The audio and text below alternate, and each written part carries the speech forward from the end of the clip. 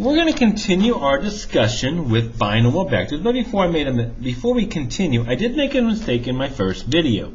Down here, I said we have this 1 over root 2 in front of here. We got it from our unit tangent vector that we could just factor it out. I did make a mistake there, and I do want to correct that, okay? So when we did our shortcut method, we're going to take r prime, cross that with r double prime, and that's what I put here. R prime is the top, negative sine, cosine, negative 1. R double prime was our negative cosine, negative sine, 0. And then I said you can just factor out that 1 over root 2. That is my mistake. That 1 over root 2 comes from when we find our unit tangent, when we found that magnitude. Notice the top of our function has nothing to do with the magnitude. So we don't need that 1 over root 2. That does not belong there.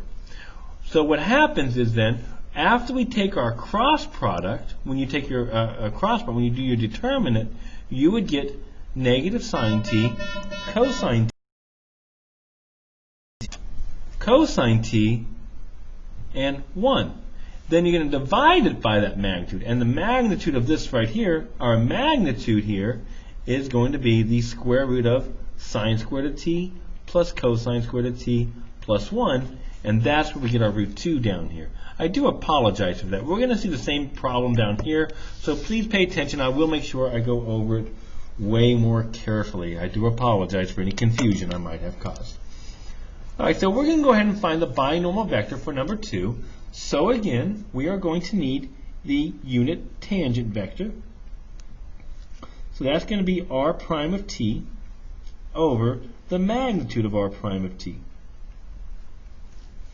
And when we do this, we're going to get our derivative on top, which is going to be negative 2 sine t, comma, 2 cosine t, negative 3, divided by the magnitude.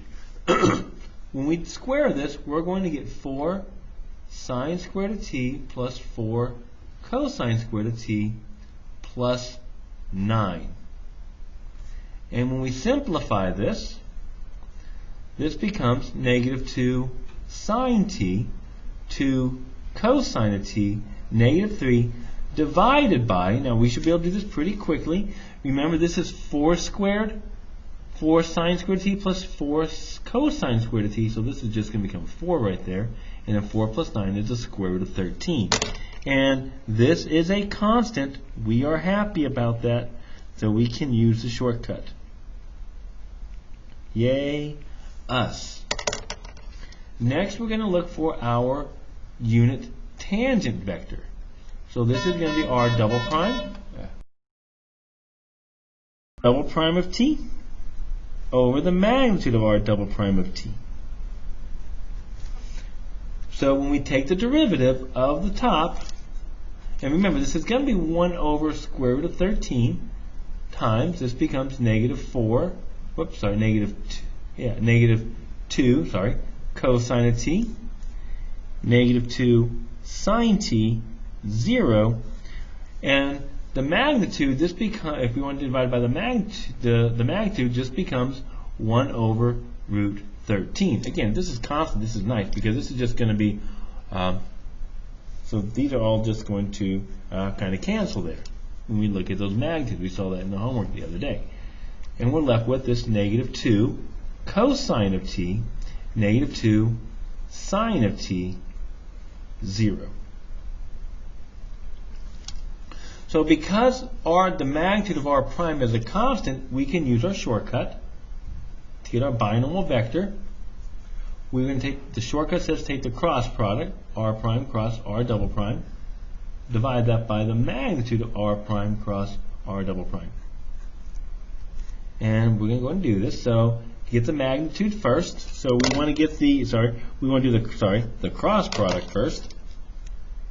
Spread it out, I, J, K, and that's going to become over negative 2 sine t, 2 cosine t, negative 3, negative 2 cosine t, negative 2 sine t, 0.